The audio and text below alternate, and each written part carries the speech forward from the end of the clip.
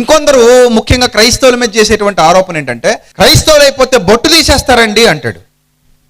వాస్తవానికి బొట్టు పెట్టుకోమని కానీ బొట్టు తీసేమని కానీ బైబిల్లో ఎక్కడ లేదు. క్రైస్తవులు అయితే బొట్టు తీసేస్తారండి అని చెప్తూ వాళ్ళ మీద కొన్ని నిందలు వేస్తుంటారు, కొన్ని అపవాదులు వేస్తుంటారు. ఈ బొట్టు అనేది అసలు బైబిల్కి ఏమాత్రం సంబంధం లేని విషయం. దేవుడు బ్రతుకు మార్చుకోమన్నాడు తప్ప బొట్టు మార్చుకోమల్లా. బ్రతుకు మార్చుకోకుండా బొట్టు మార్చినా ఎవరికి ఎలాంటి ఉపయోగం లేదు. ఈరోజు చాలా మంది క్రైస్తవ్యంలో, నేను ఇలా అంటున్నానని అక్క చెల్లెమ్మలు ఎవరు బాధపడకండి, బొట్లు మాత్రం మారుస్తారు, బతుకులు మార్చరు. ఇది మీకు తెలుసు. వాళ్ళు మార్చింది కేవలం బొట్టు మాత్రమే. అది దుడిచేశారు, బొట్టు దుడిచేశారు. బ్రతుకులో ఉన్న పాపాన్ని తొడవలా, బ్రతుకులో ఉన్న దుర్నీతిని తొడవలా, బ్రతుకులో ఉన్న కళంకాన్ని తొడవలా, కనీసం మాటలో చండాలాన్ని తొడవలా, బొట్టు మాత్రం దుడిచేశారు. ఇది సమాజం చూసినప్పుడు ఏమనుకుంటుందంటే, ఇది మతం మారి బొట్టు దుడిసింది, బ్రతుకును మాత్రం శుభ్రం చేసుకోలేకపోయింది. నుదురు శుభ్రం చేసుకుంది కానీ ఏం శుభ్రం చేసుకోలేదు? మనసు శుభ్రం చేసుకోలేకపోయింది, హృదయం శుభ్రం చేసుకోలేకపోయింది అంటారు. కాబట్టి నువ్వు ఎంత సీరియస్గా బొట్టు తీసేసావో అంతే సీరియస్గా నీ మీద అసహ్యాన్ని కూడా పెంచుకున్నావు. వాస్తవానికి బొట్టు తీయండి, గాజులు తీయండి అని బైబిల్ ఎప్పుడు చెప్పలా. దేవుడు నరుని పైవేషమును చూడడు. ఆయన మొదట లక్ష్య పెట్టేది నీ హృదయాన్ని. నువ్వు బొట్టు పెట్టుకుంటావా, బొట్టు తీసేస్తావా, అది నీ ఇష్టం. అది నీ ఇష్టం. కొంతమంది పెట్టుకుంటారు, కొంతమంది తీసేసుకుంటారు. అది వాళ్ళ ఇష్టం, అది వ్యక్తిగత ఇష్టం అండి. అది వ్యక్తిగత ఇష్టాన్ని తీసుకొచ్చి బైబిల్కి ఎప్పుడు రుద్దకూడదు.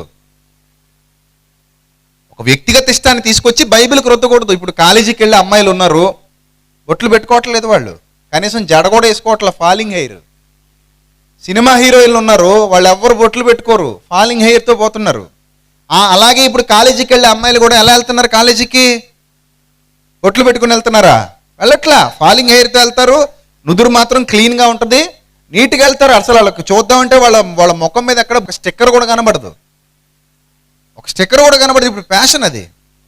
ఆ ఫ్యాషన్తో వాళ్ళు సరదాగా అందంగా వెళ్ళిపోతున్నారు. ఇప్పుడు అలాంటి వాళ్ళ దగ్గరికి వెళ్ళి పేద కుంకుమ బొట్టు పెట్టేస్తా, రుద్దుతా, బామ్మకు రుద్దినట్టు అంటే వాళ్ళు ఒప్పుకుంటారా? ఏదో రుద్దు చూపిస్తా చూస్తా వెళ్తారేమో కాలేజీకి వాళ్ళు.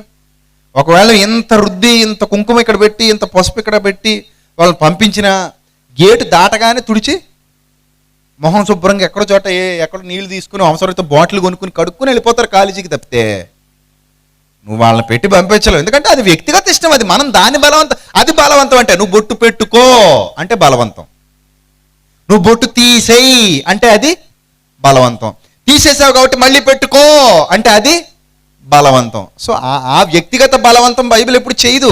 బైబిల్ మనసుకు సంబంధించి మాట్లాడితే వీళ్ళందరూ ఏం చేశారు? తీసుకెళ్ళి బొట్టుకు లింక్ ఇచ్చారు. దానికి దీనికి సంబంధం ఏముందండి? బైబిల్ ఎక్కడైనా పదం ఉందా అసలు మీరు బొట్టు తీయాలి, స్త్రీలు బొట్టు తీయాలి అని బైబిల్ ఎక్కడైనా ఉందా? ఆదికాండం నుంచి ప్రకటన గ్రంథం వరకు లేదండి. అది అసలు విషయం కాదు, అసలు ఇష్యూ కాదు. అది వాళ్ళ వ్యక్తిగత ఇష్టం. నువ్వు కళ్ళజోడు పెట్టుకోవద్దు, కళ్ళజోడు తీసేయి, నువ్వు పళ్ళు పేస్ట్తో తోముకోవద్దు, పొల్లతో తోముకో, ఇవన్నీ మనకు అవసరమా? నువ్వు తెల్లన్నం తినొద్దు, గోధుమలే తినాలి, నువ్వు గోధుమలు తినొద్దు, రాగులు సజ్జలు తినాలి, నువ్వు మాంసం తినొద్దు, కూరగాయలే తినాలి, నువ్వు కూరగాయలు తినొద్దు, మాంసమే తినాలి. మన ఇష్టం ఇది. అది వాళ్ళ వ్యక్తిగత ఇష్టం. నువ్వు పంచి కట్టుకుంటావో, ప్యాంట్ వేసుకుంటావో నీ ఇష్టం, గోచి పెట్టుకుంటావో ఎవరికి కావాలి, అది నీ ఇష్టం. అది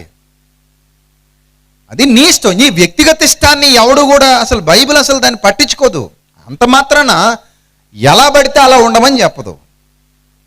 దేవుడు మొదట దేని చూస్తాడట? నరుని హృదయాన్ని చూస్తాడు. ఒక పద్ధతి, ఒక యథార్థత, ఒక నీతి, ఒక భక్తిభావం.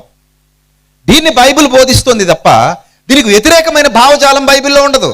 కాబట్టి ఇక్కడ మనం సృష్టించుకున్న సిద్ధాంతాలు కానీ, మనం కల్పించుకున్న కల్పిత సిద్ధాంతాలు కానీ, కల్పిత విశ్వాసాలు కానీ ఇంపార్టెంట్ కాదు.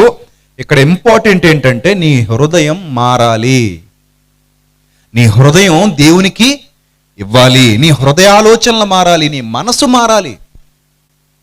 దేవుడు చాలా స్పష్టంగా చెబుతాడు. దావీదును అభిషేకించమని సమూయేలును పంపించిన సందర్భంలో యెహోవా నరుల హృదయమును లక్ష్యపెట్టును, నరులు మానవుల పైవేషమును లక్ష్యపెట్టుదురు, పైరూపమును లక్ష్యపెట్టుదురు, కానీ దేవుడు సృష్టికర్త మనిషి హృదయాన్ని లక్ష్య పెడతాడు అన్నాడు. కాబట్టి ఇక్కడ హృదయం ఇంపార్టెంట్. హృదయం ఇంపార్టెంట్ కానీ నువ్వు కల్పించుకున్న సిద్ధాంతాలు కావు. ఇది మీకు అర్థమైతే ధన్యులు. ఈ సత్యం మీ మనోనేత్రాలకు అర్థమైతే ధన్యులు. అర్థం కాకపోతే మీ ప్రాణాలకు మీరే ఉత్తరవాదులు.